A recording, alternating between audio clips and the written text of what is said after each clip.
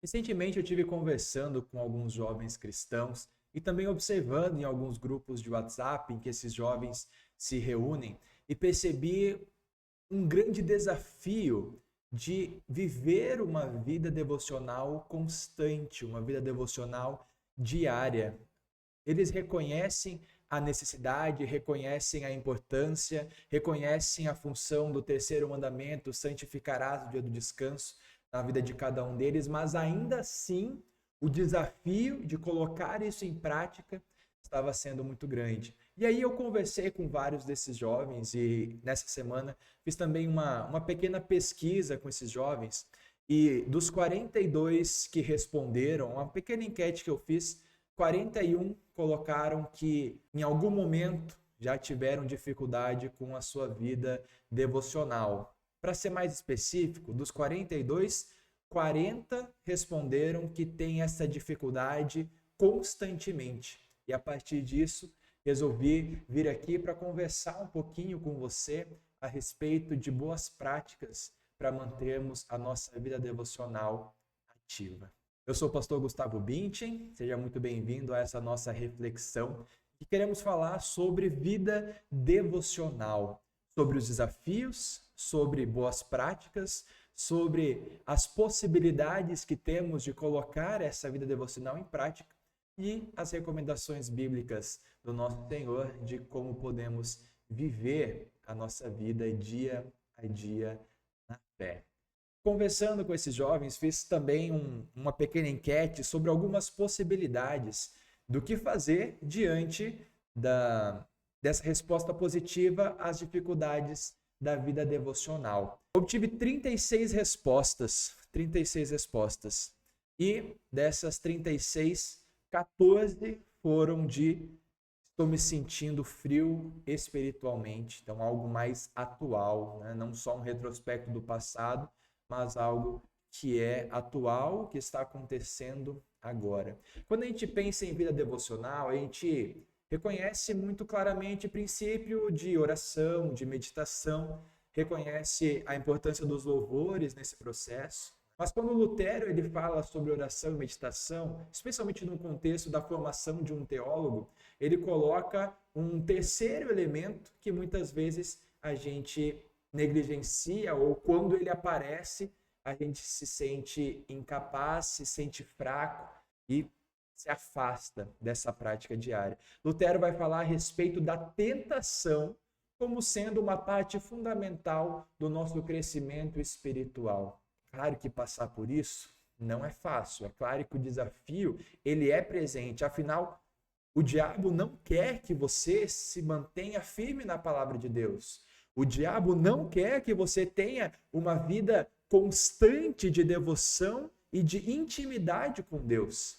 E é claro que a partir do momento que você começa, ele vai tentar fazer com que você pare.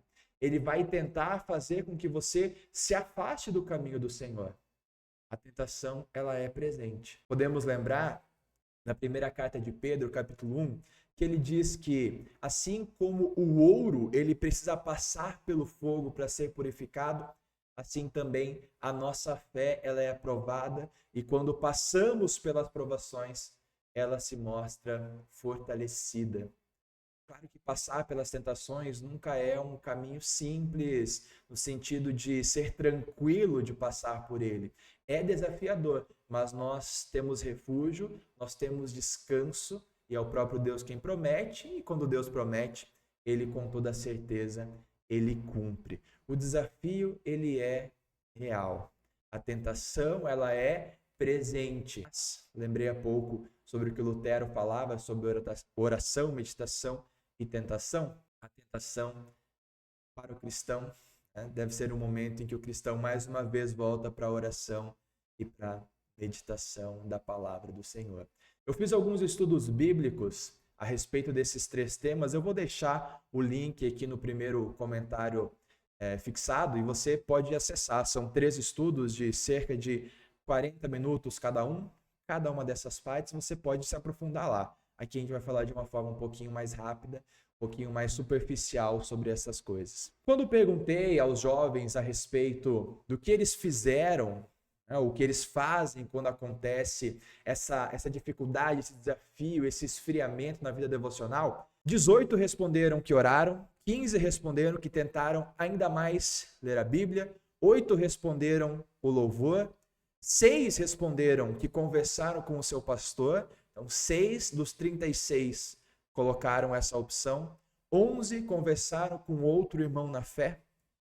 Apenas 4 buscaram refúgio na ceia do Senhor. Alguns também responderam que se afastaram quando isso aconteceu, se afastaram de Deus, mas que depois retornaram. E, como eu disse antes, 14, então, se sentindo frio espiritualmente nesse momento. Para falar a respeito disso, vamos pensar em colocar em prática a vida devocional. É claro que não é como se fosse uma receita de bolo, que todo mundo vai copiar, vai fazer a mesma coisa e vai funcionar da mesma forma para todos, né? Não é assim que a vida devocional ela funciona. Antes de falar sobre as possibilidades de como colocar em prática a devoção, é importante que você separe um tempo de qualidade para fazer isso. Pode sim ser no meio da sua rotina, mas que seja um tempo oportuno, um tempo com calma, num lugar apropriado, se assim for possível, com mais silêncio, que você possa se concentrar melhor, que você possa ter esse momento de fato de intimidade com Deus, para que você possa orar, para que você possa ler sem interrupções. Se afaste do celular. Eu sei que tem muita gente que gosta de fazer as devoções através do celular, mas para outras pessoas isso é uma forma de até mesmo procrastinação e é uma tentação também na palma das nossas mãos. Então, se possível, coloca o celular de lado, sai da frente da televisão, talvez, um lugar mais reservado.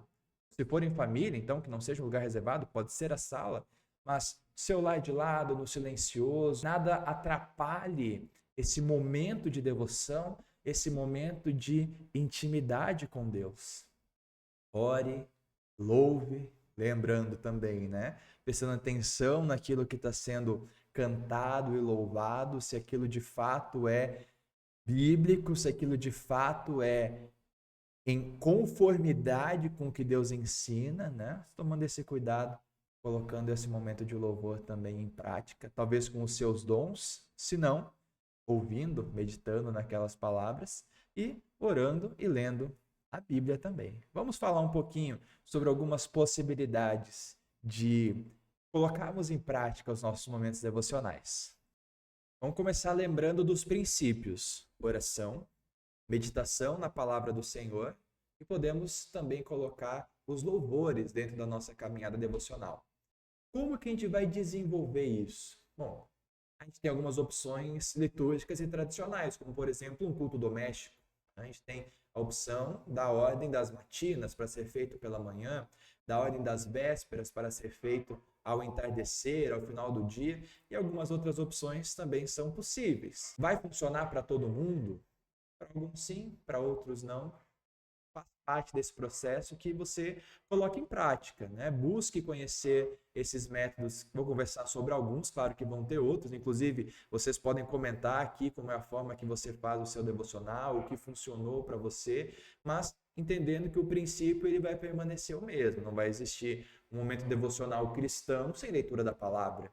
Não vai existir um momento devocional cristão sem a oração. Por quê? Bom, a gente está falando de um relacionamento, a gente está falando a respeito de um diálogo. O diálogo se dá na conversa. Com Deus, essa conversa, nós falamos através da oração e ouvimos o que Ele tem a nos ensinar através da palavra de Deus, a Bíblia Sagrada. Então, a gente pode optar por aquilo que já está pronto. Falei aqui dos cultos domésticos, das ordens, matina, vésperas e outras que também existem, apesar de não serem tão comuns aqui no nosso contexto luterano brasileiro, né? A gente pode pensar nos devocionais já prontos. Então, por exemplo, os 5 minutos com Jesus é um devocional da Igreja Luterana. O Castelo Forte é uma outra opção de devocional, também fazendo parte da Igreja Luterana, não apenas da IELB.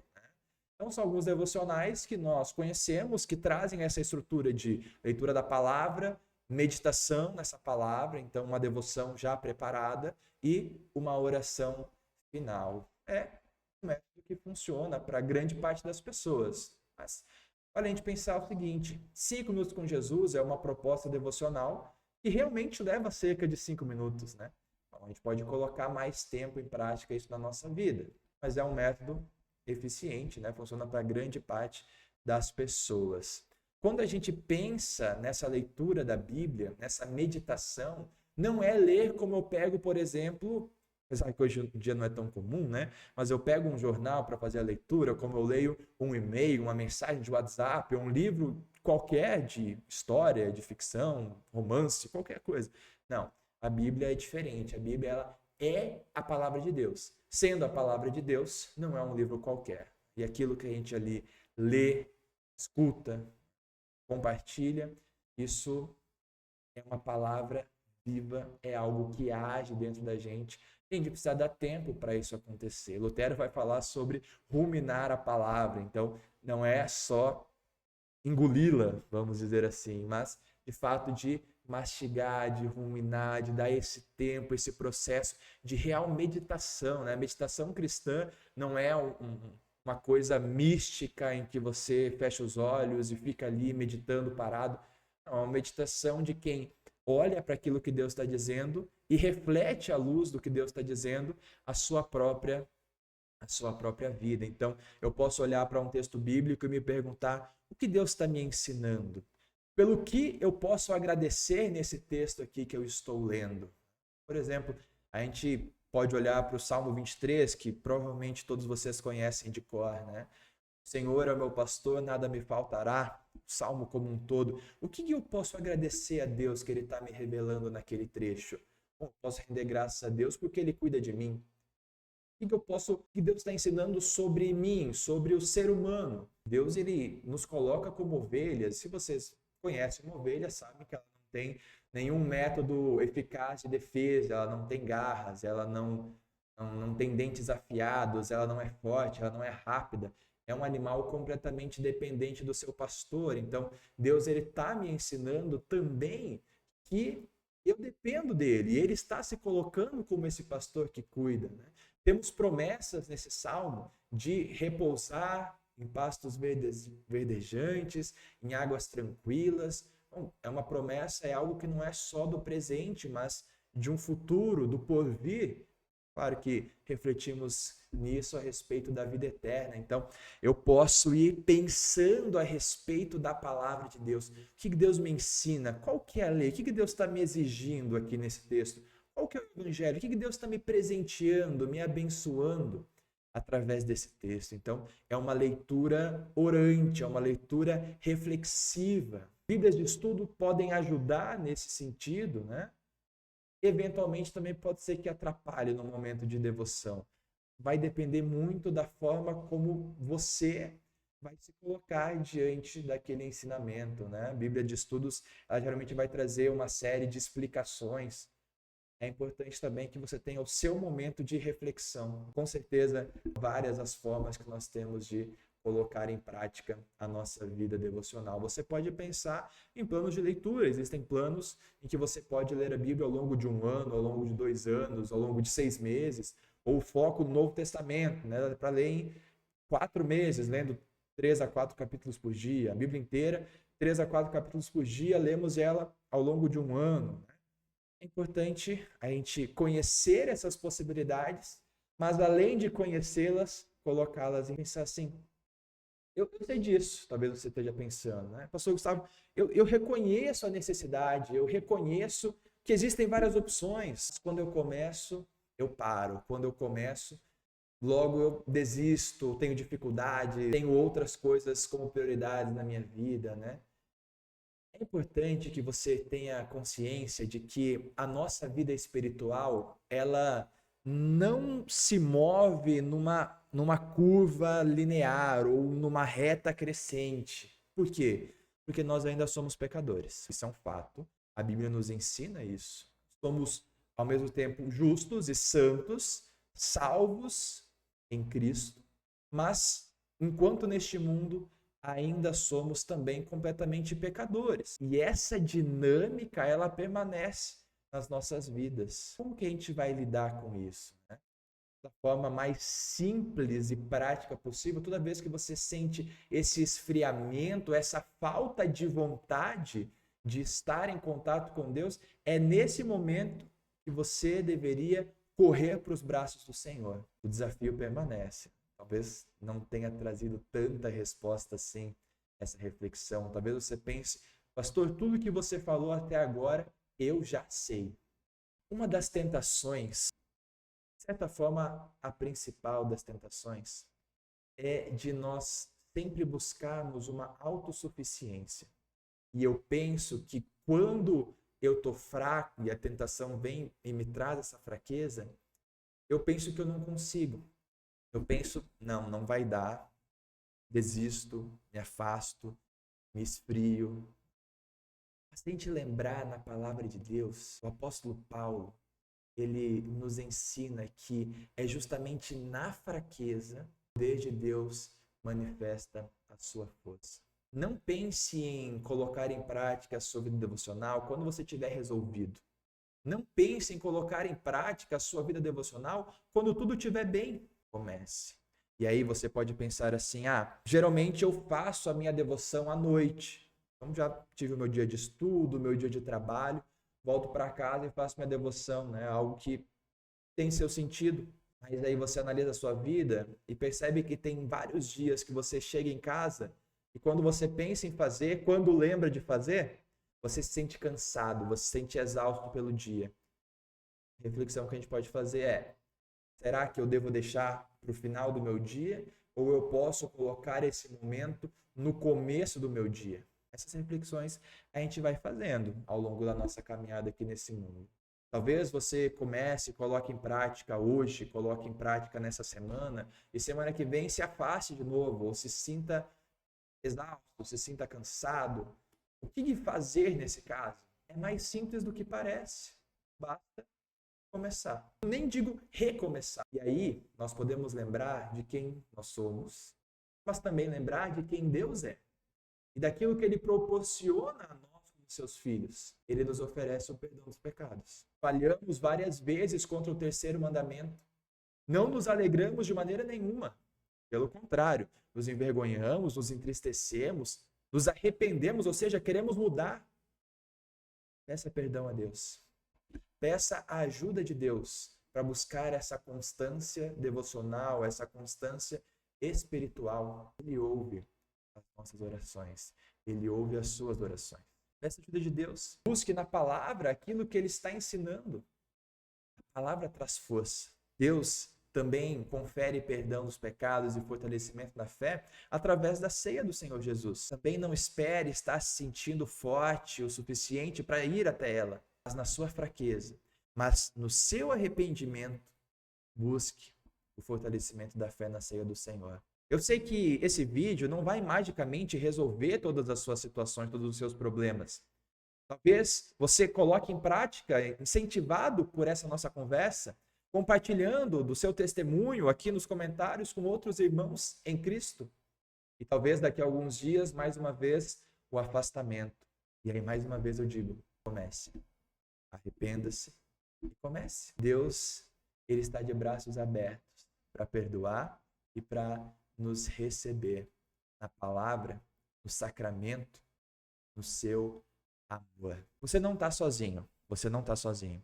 Você tem outros irmãos na fé para compartilhar dessas dificuldades. Talvez até mesmo para compartilhar dos momentos devocionais, por que não? Converse com o seu pastor. Você não está sozinho. Jesus prometeu estar conosco todos os dias até o fim. E você sabe, quando Deus promete, Ele cumpre. Coloque em prática. Comece. Nas dúvidas, na fraqueza, se entregue a Deus. Se entregue nos braços do Senhor e Ele vai mostrar o amor dele por ti, através da história de homens e mulheres que têm a mesma fé que nós temos e que foram cuidados e amparados por Deus. Reflita sobre a sua história. Quantas vezes Deus já te protegeu e já te abençoou. Você não está sozinho. A gente caminha junto aqui nesse mundo. Vamos colocar isso em prática. Vamos colocar isso em prática. Vamos colocar isso em prática em conjunto. Não se preocupe em estar sozinho. Vamos começar juntos. E eu te convido a estarmos juntos na terça-feira, 12 horas, horário de Brasília, meio-dia, para termos um momento de devoção e de palavra. E a gente caminha junto. Deus te abençoe.